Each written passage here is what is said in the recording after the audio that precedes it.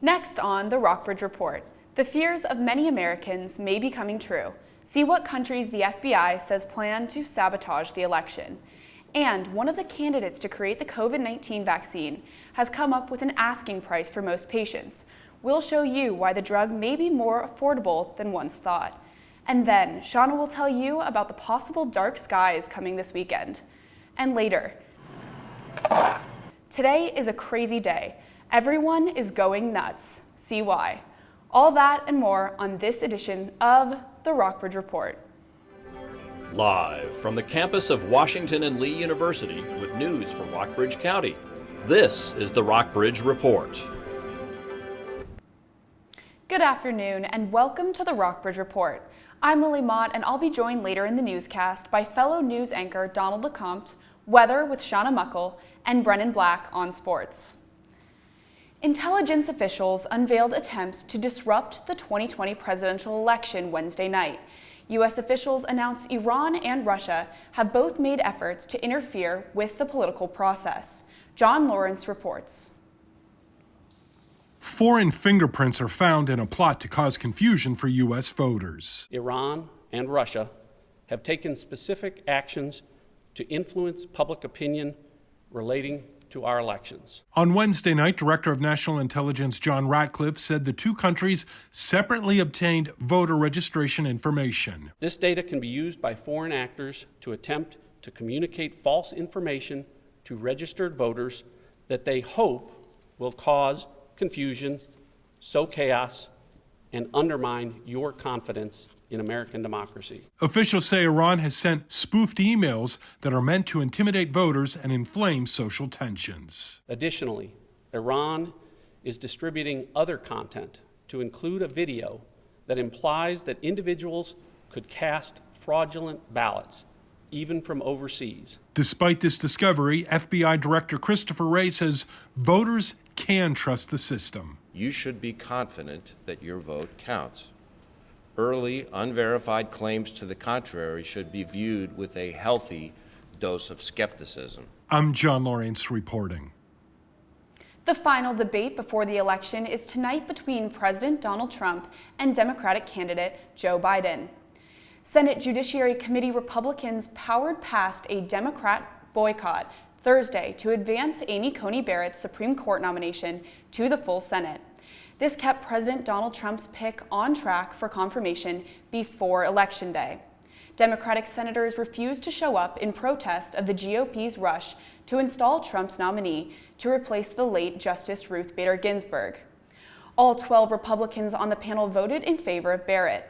Senators plan to convene a rare weekend session ahead of a final confirmation vote expected Monday. Senator Mitt Romney says he did not vote to re-elect President Donald Trump. The Republican declined to say who he did vote for, but confirmed Wednesday it wasn't his party's candidate. Romney and Trump have a long history of butting heads. Romney became the only senator in history to vote to remove a president from his own party from office when he voted to convict Trump in his impeachment hearing. Most Republican senators are falling in line to support Trump's re-election, but Senators Susan Collins and Ben Sasse have not confirmed they plan to vote for him. And a Maryland man accused of making threats against Joe Biden and Senator Kamala Harris.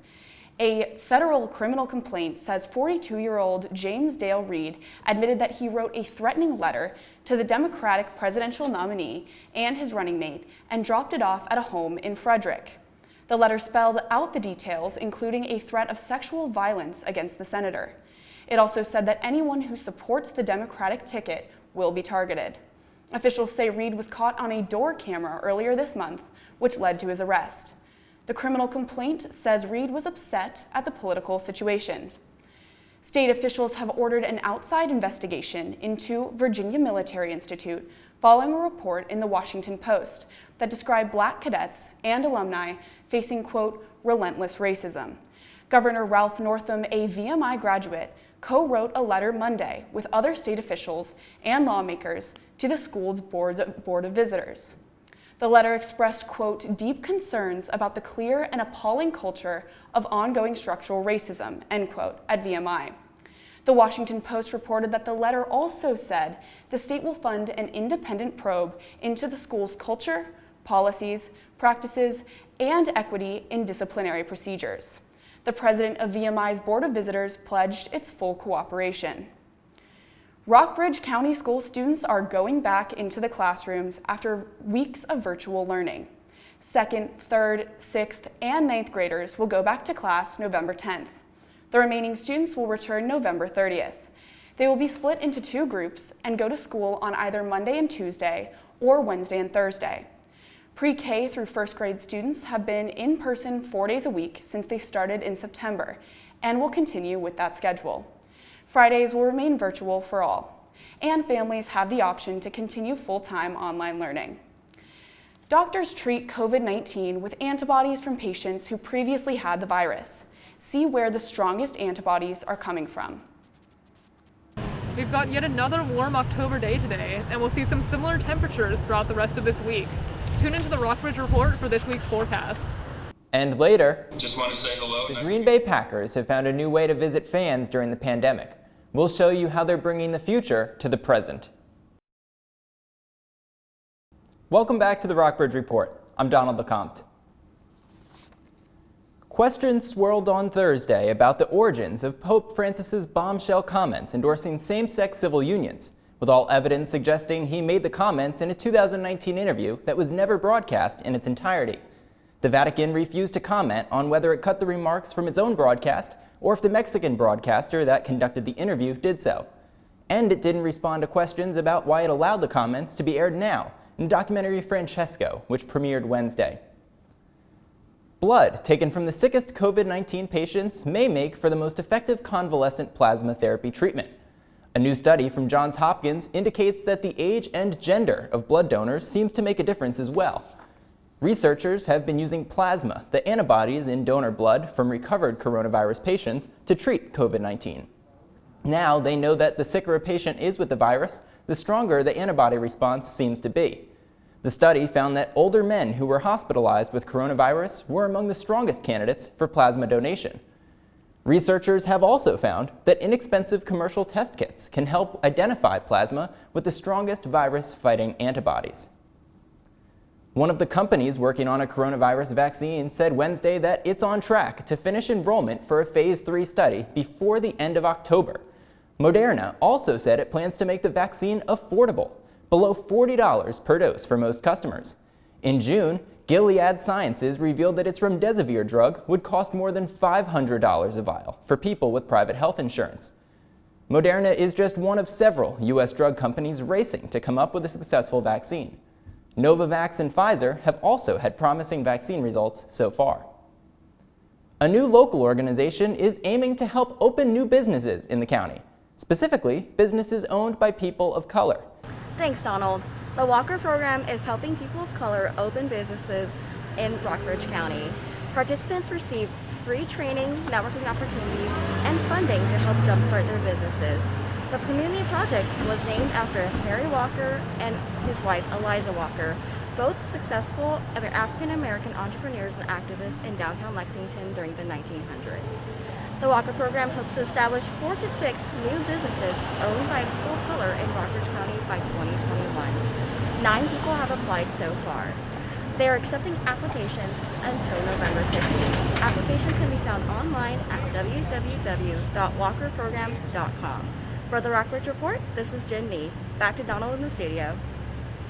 Buena Vista's historic Paxton House is complete after 20 years of renovation. The house will soon be open to local organizations for hosting events. Grace Mammon reports. The Paxton House was commissioned in 1827 by an Irish immigrant named Elisha Paxton. Over the years, the house fell into disrepair.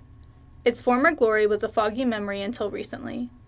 Peggy Goodsell, the president of the Paxton House Historical Society, said the house was almost beyond repair. I walked in and looked at it the first time I came in the house, and I thought, oh my goodness, what a job for somebody. Peggy was very involved in the interior renovation. She said she remembers seeing peeling wallpaper and caving ceilings. Today, everything except the basement is complete. Some features, like the windows, were restored, repaired, or replaced, but much of the structure remains as it was when it was built. Lori Wood is another board member. Buena Vista unfortunately had lost a lot of landmark sort of buildings. Oh, yes. And so it really did kind of tug at people's heart a little bit. Buena Vista Mayor Bill Fitzgerald was a contributor. He recreated the only mantel that was beyond repair, but all other mantelpieces are original woodwork.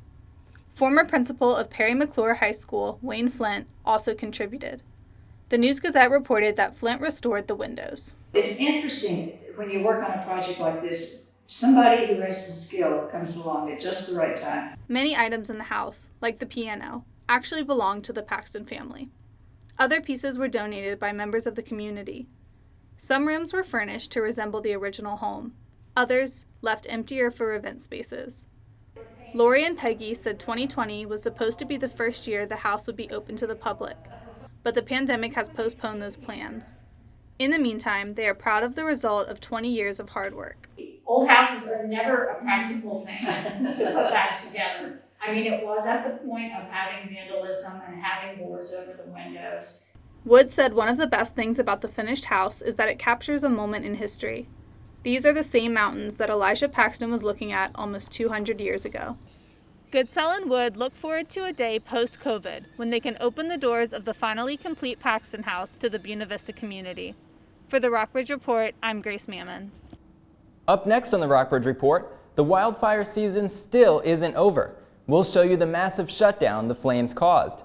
And then, Shauna will tell you if this beautiful warm weather is here to stay for a while. And later, the sweetest wedding of the year is right around the corner. We'll introduce you to the perfect couple. Welcome back to the Rockbridge Report. I'm Shauna Muckle. The fire season keeps on burning. Historic wildfire activity in Colorado has prompted the U.S. Forest Service to temporarily close all national forest land in some parts of Colorado. Jeff Todd reports. For us, this is unprecedented circumstances. From the Wyoming border to the mountains west of Evergreen, the national forest is now closed. There are 3 major fires within this closure, including the Cameron Peak and the Cowwood. We are in extreme drought conditions right now, and what we need is enough snow and enough moisture to really change those small, fine fuels. The National Forest has seen a huge increase in usage because of the pandemic. Outdoors recreation is essential. We are really asking people to find other places to recreate, other places to walk their dog. The closure decision came on Tuesday to try and limit any more fires, especially as warm wind and unseasonably dry weather continues. And it became clear to us that this was the path we needed to take, and we do not take it lightly. The closure will be reassessed each day, but significant moisture is needed to change conditions. The Forest Service is asking for the public's help to obey the order. We're really going to look to the public to enforce themselves and to do the right thing. You know, it's a hard ask, but what we want people to do is really lead the local community to lead the way so that we can enforce this with the greater public. We open up with a beautiful shot of Main Street, Lexington right now, and we hope you're enjoying all the warm fall weather as we have another beautiful warm day. There's a high right now of 81 degrees and a low of 58 this morning. Right now the barometer reads 30 and 17/100 inches of mercury. We also have a bit of wind right now at 5 miles per hour and some mild humidity at 44% right now. As you can see, for the rest of the region, there's no precipitation, and that trend will continue for the next couple days.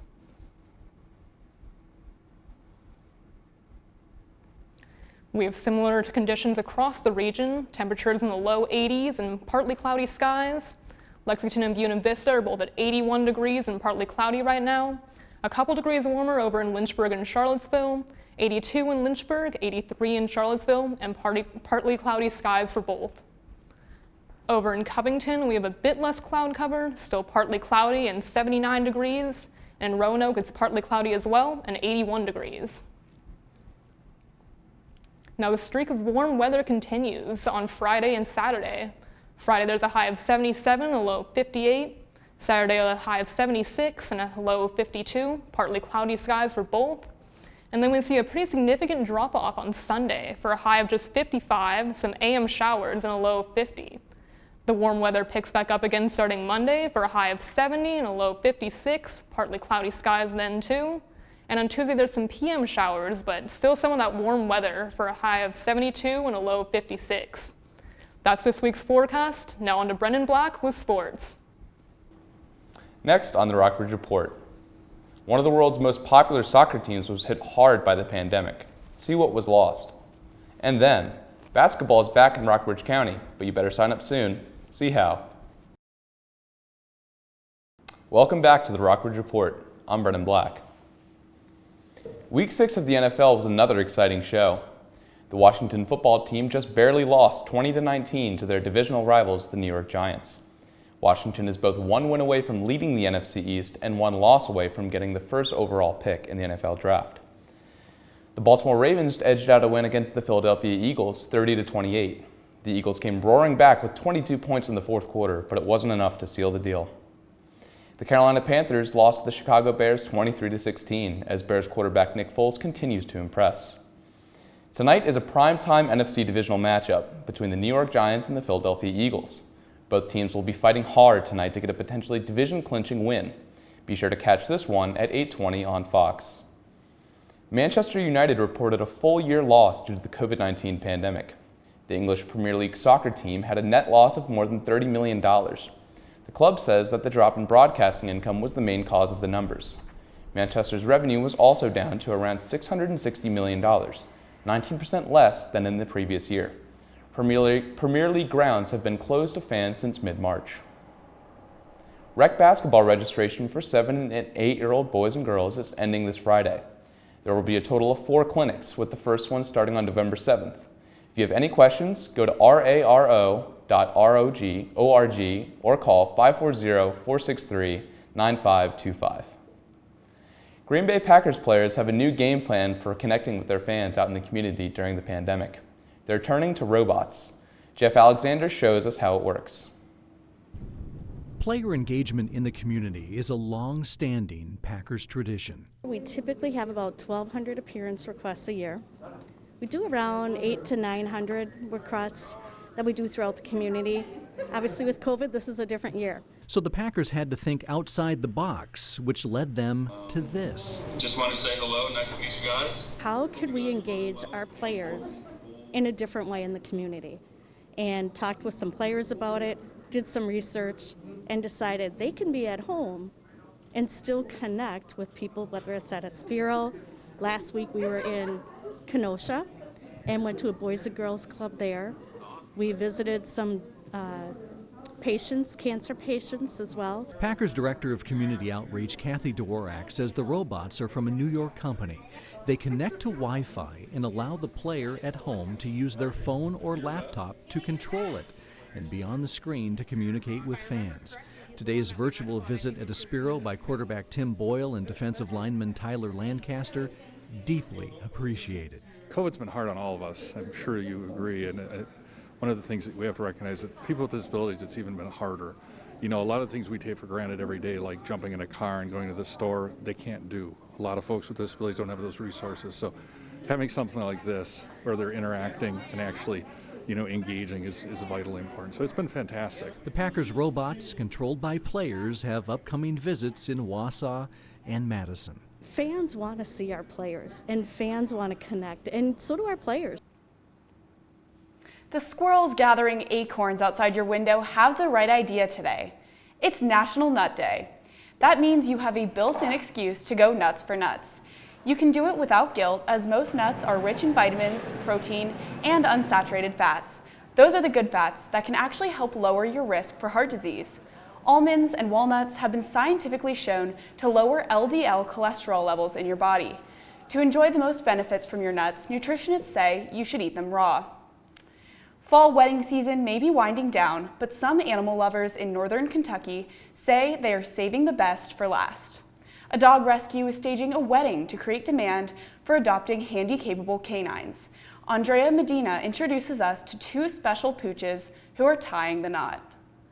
It's not clear which of the 2 popped the question, but there's no doubt puppy love is in the air.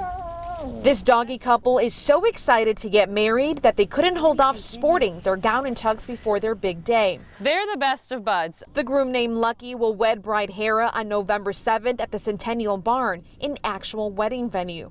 Ever since they met 4 months ago, they've been inseparable and love going on walks together. Stephanie Weddle with the Forgotten Dog Rescue says they instantly bonded because they somehow knew they were both special. And Lucky is our 5-year-old two-legged coonhound. So he was, we guess, hit by a car, left for dead on the side of the road. She's our year-old German Shepherd mix who is blind due to a deadly fungal infection called blastomycosis. And Hera is still fighting this rare infection. All of the proceeds from this wedding will actually go toward her bill, which cost $15,000 to save her life, and she's still fighting blastomycosis.